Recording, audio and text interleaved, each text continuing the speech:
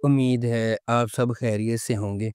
اگر آپ نے ابھی تک ہمارا چینل سبسکرائب نہیں کیا تو اسے ابھی سبسکرائب کر لیں اور بیل آئیکن کو دبانا بالکل بھی مت بھولیں۔ شکریہ۔ نمبر 9، آس پاس۔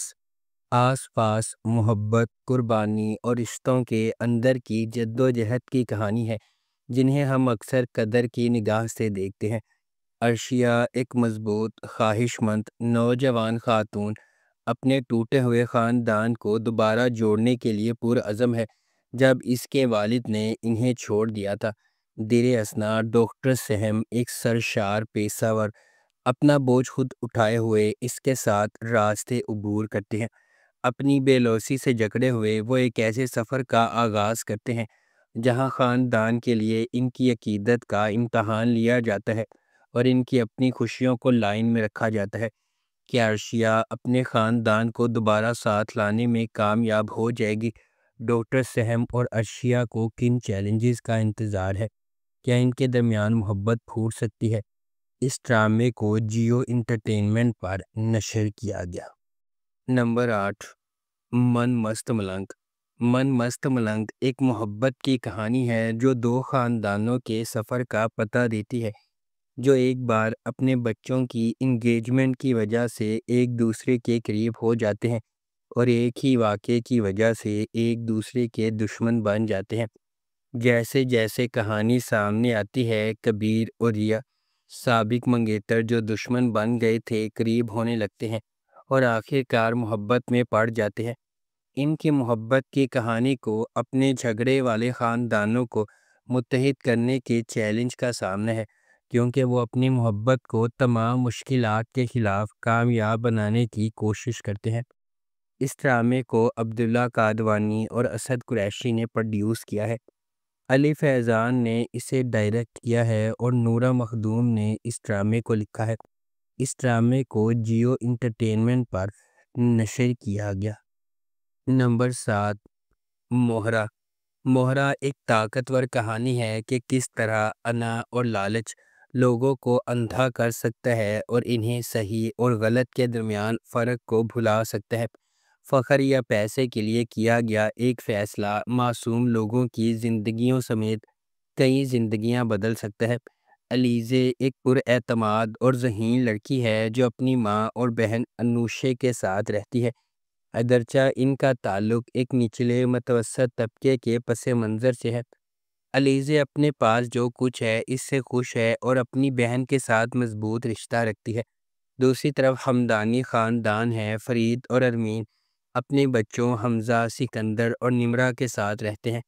فرید اور حمزہ مہربان اور زمینی ہیں، لیکن سکندر اور نمرہ اپنی ماں کے فخر کی پیروی کرتے ہیں اور ایک انا پیدا کرتے ہیں جو آہستہ آہستہ ان کے فیصلوں پر اثر انداز ہونے لگتا ہے۔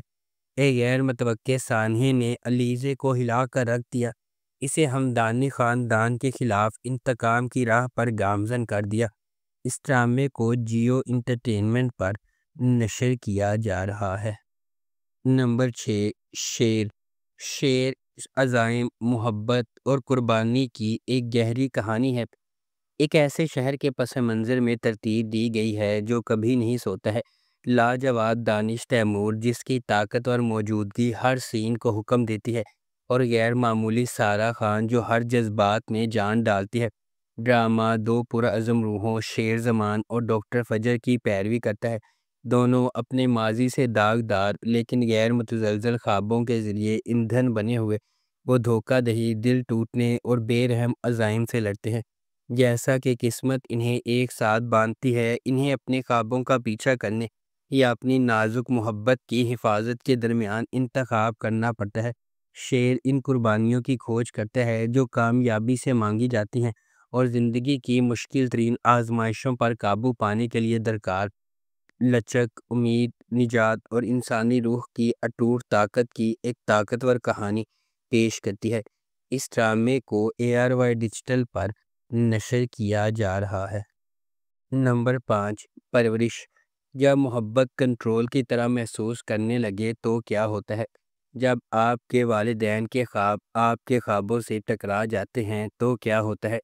یہ آپ کا عام فیملی ڈرامہ نہیں ہے، پرورش ان چھوٹی چیزوں کے بارے میں ہے جو ہم سب بخوبی جانتے ہیں۔ غیر کہی ہوئی توقعات، نسلی فرق، سمجھنے کی جدوجہد اور آپ کے دل کی پیروی کرنے کے لیے جو جرت درکار ہوتی ہے۔ سمر عباس جعفری نے ولی جہانگیر کا کردار ادا کیا۔ جس قسم کا آدمی آپ شروع سے ہی تلاش کریں گے، ہوشیار، مہربان اور ناقابل یقین حد تک باصلاحیت۔ اینا آصف نے مایا کا کردار ادا کیا، ایک قدامت پسند گھرانے کی ایک تیز پر اعتماد لڑکی جو ڈاکٹر بننے کے لیے پرعزم ہے۔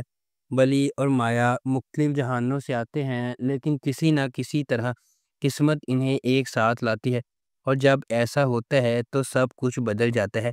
اس ڈرامے کو ARY ڈیجیٹل پر نشر کیا جا۔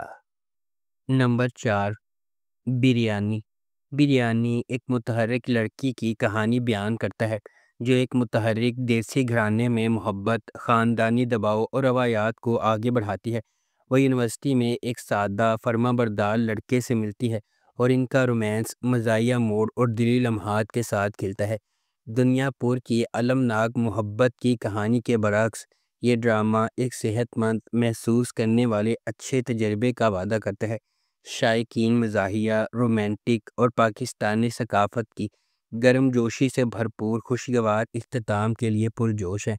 ظفر معراج نے اس ڈرامے کی کہانی کو لکھا ہے جو قابلی پلاؤ اور دم پخت میں نظر آتی ہے، اس روم کوم میں ایک تازہ ذائقہ ڈالتی ہے۔